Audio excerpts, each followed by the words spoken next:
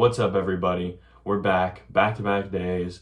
Today's topic is going to be my 2023 NBA All-Stars. So we have my West starters, my East starters, and my West and East bench with some honorable mentions on top. This year, I'd say it was harder to pick who's starting and bench rather than who's going to make the game in general. Like, I feel like a lot of years there's bigger snubs, but there are some decent snubs, and we'll get into it. Okay, so to start off, we'll start with my West starters. And I have the list here because that's, like I said, like 34 players I have written down. And I'll give explanations for each. So just to list off my West starters, I have Luka, Curry, Zion, LeBron, and Jokic. And the reason I know people are going to be like, where's AD, this, that, LeBron. I had LeBron and AD was a hard pick for me, but it came down to games played. AD, we all know, has been injury riddled. It hasn't been as bad this year, and his production was ridiculous for the couple weeks he came back. But I think, and LeBron has also been injury riddled, don't get me wrong, but I feel like, and LeBron's picked up his averages as of late. So as of right now, I have LeBron starting. Luka is pretty obvious, Curry, same thing. And then Zion, I'm a big fan of Zion. I think he's just absolutely ridiculous. His efficiency is insane. Then Jokic is doing his normal MVP caliber stuff. So once again, Luka, Curry, Zion, LeBron, and Jokic. Those are my starters for the West right now. Okay, moving on to my Eastern Conference starters. I have Donovan Mitchell, Jaylen Brown, Jason Tatum, Kevin Durant, and Giannis. So the East, I feel like, was a little harder. And the biggest thing I was stuck on was whether I wanted to start Embiid or Kevin Durant. But it came down to games played, just like with LeBron and Anthony Davis in the West. Embiid only played 22 games this year. He's been a beast. He's averaging 33 right now, which is insane. He's technically leading the league in scoring, I'm pretty sure. Other than maybe Luka, they're really close in numbers at 33 point something. But yeah, Embiid's a monster. But KD, he's played 31 games, which is almost every game. He averages almost 31 a game, which is ridiculous. He's having his best scoring season. His efficiency is insane. Like, the dude is just a pure monster. So KD got that edge for me. And then Giannis, because you can only have three front court players and 2 guards, like, as your starters.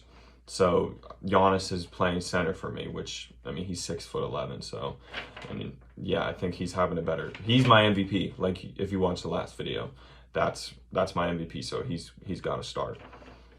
So those are my Eastern Conference starters so far, which I think those are pretty solid, and that's probably going to stay the same.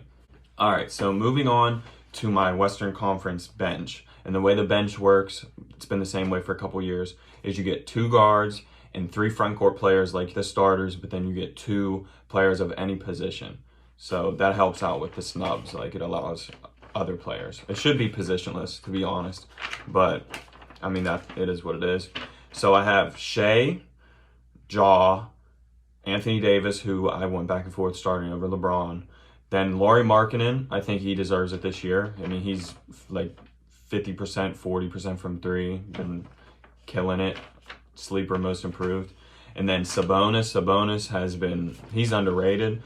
I'm a Pacers fan. I wanted Sabonis to get traded just because that Miles Turner and Sabonis thing, that didn't work. But the dude's a great player. He's like, I don't want to disrespect him and call him Jokic light, but averaging 17, 12, and almost 7 assists. I mean, it's basically him and Jokic. I mean, he's the second best passing big man.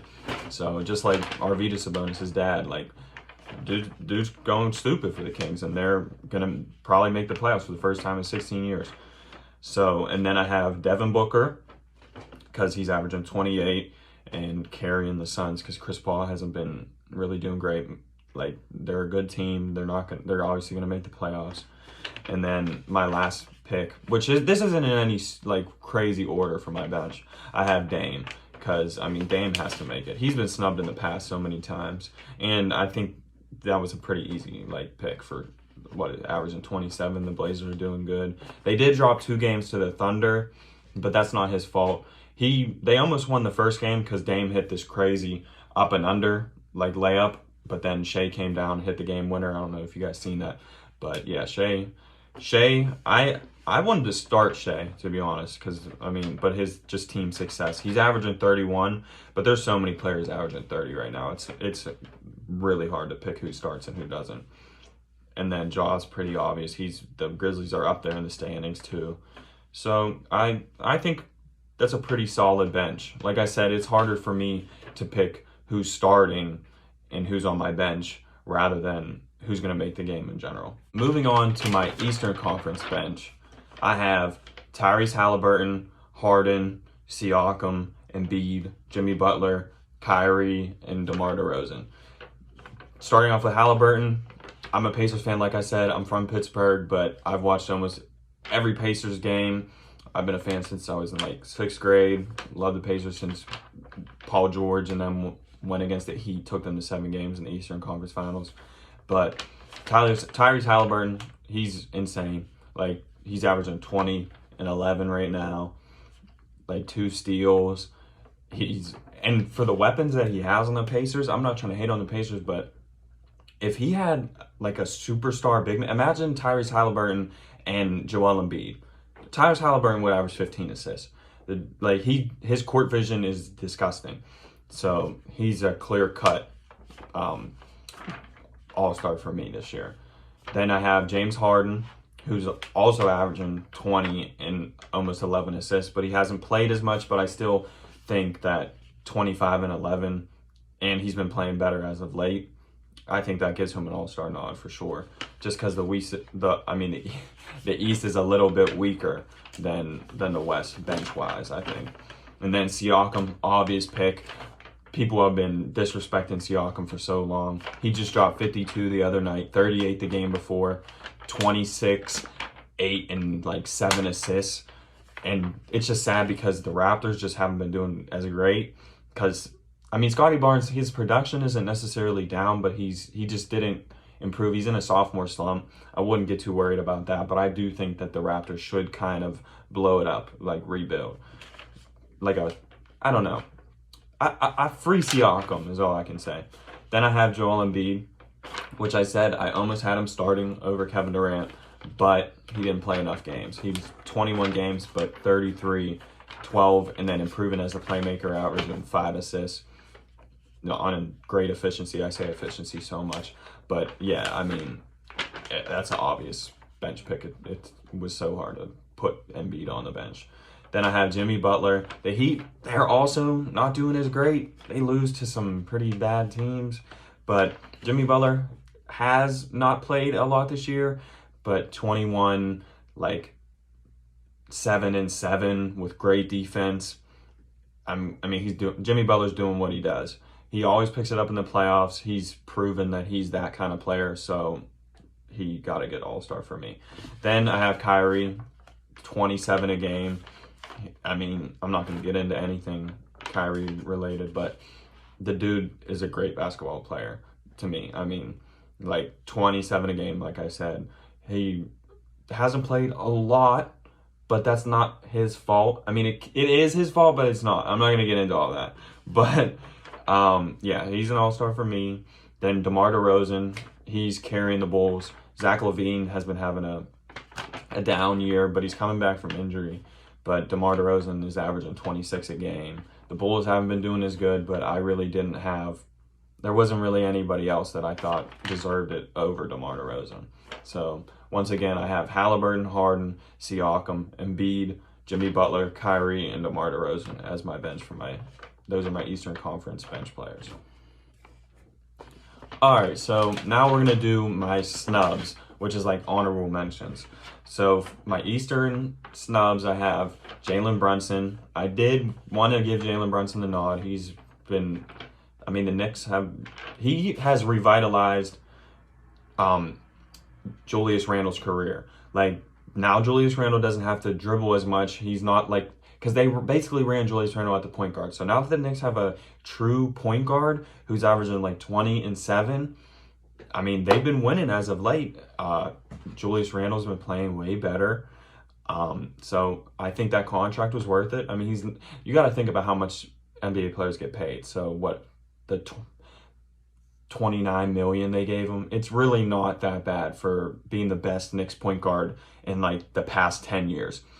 And then I have Paolo Banchero. I think he deserves a nod. He's definitely going to win Rookie of the Year as much as I want Bennett and Mathurin to win. And we'll probably have a rookie analysis on everybody because there's really no debate who's going to win Rookie of the Year. It's Banchero. But that's because he's the main guy on his team. He gets to shoot the most shots. So Banchero 21, like 8 and 4 assists, insane rookie numbers. Then I wanted to give Kyle Kuzma a mention too because 21 a game. He's been getting his rebounds up. He's third best player on the Wizards. Been consistent, been playing. I mean, they might trade him, which is weird, but he does have a good bit of value for sure. Kuzma's really good. I mean, I wanted to give him a nod for sure. Not an all-star, but he's almost there. And then for my Western Conference snubs, I have Desmond Bane, who just hasn't played enough, I don't think, which sucks for him because he's the best shooter in the NBA. Like 25 a game on 45% from 3 or whatever. Like that, the Grizzlies are going to be scary if they all stay healthy because, like I said, 25 on 45% from 3.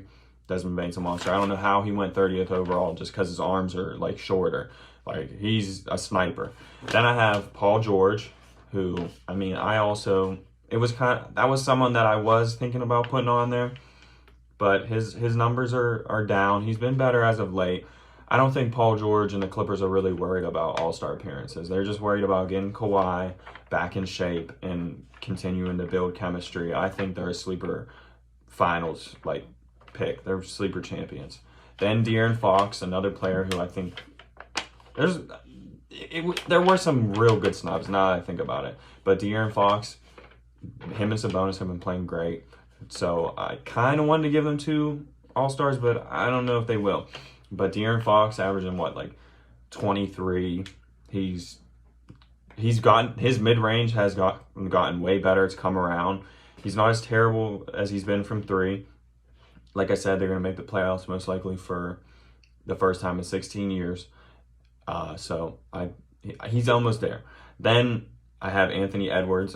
He's very similar to kind of like a De'Aaron Fox. But I think, and now that Karl Anthony Towns has gone down with injury, he's been playing a lot better. He's averaging 23, just kind of like Fox, shooting better percentages. I think the Timberwolves should trade Karl Anthony Towns, if I'm being honest, just because for all you paid for Rudy Gobert, I mean, why would you trade him again? Why would you trade him now? You're not going to get back what you got, but you'll get a good bit for Karl Anthony Towns. But that has nothing to do with All-Stars. But so once again, snubs that I have are Brunson, Banchero, Garland, Kuzma, Desmond Bane, Paul George, De'Aaron Fox, and Anthony Edwards.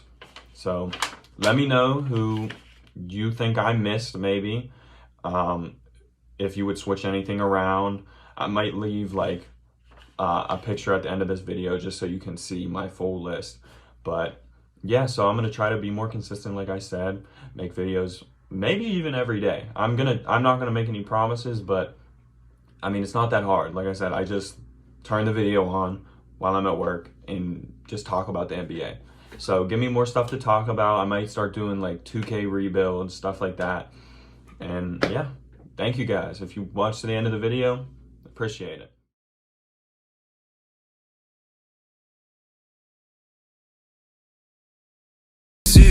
For me, and I'd take you back if you just say sorry. All our nights we story, laugh until the morning. Everyone ignores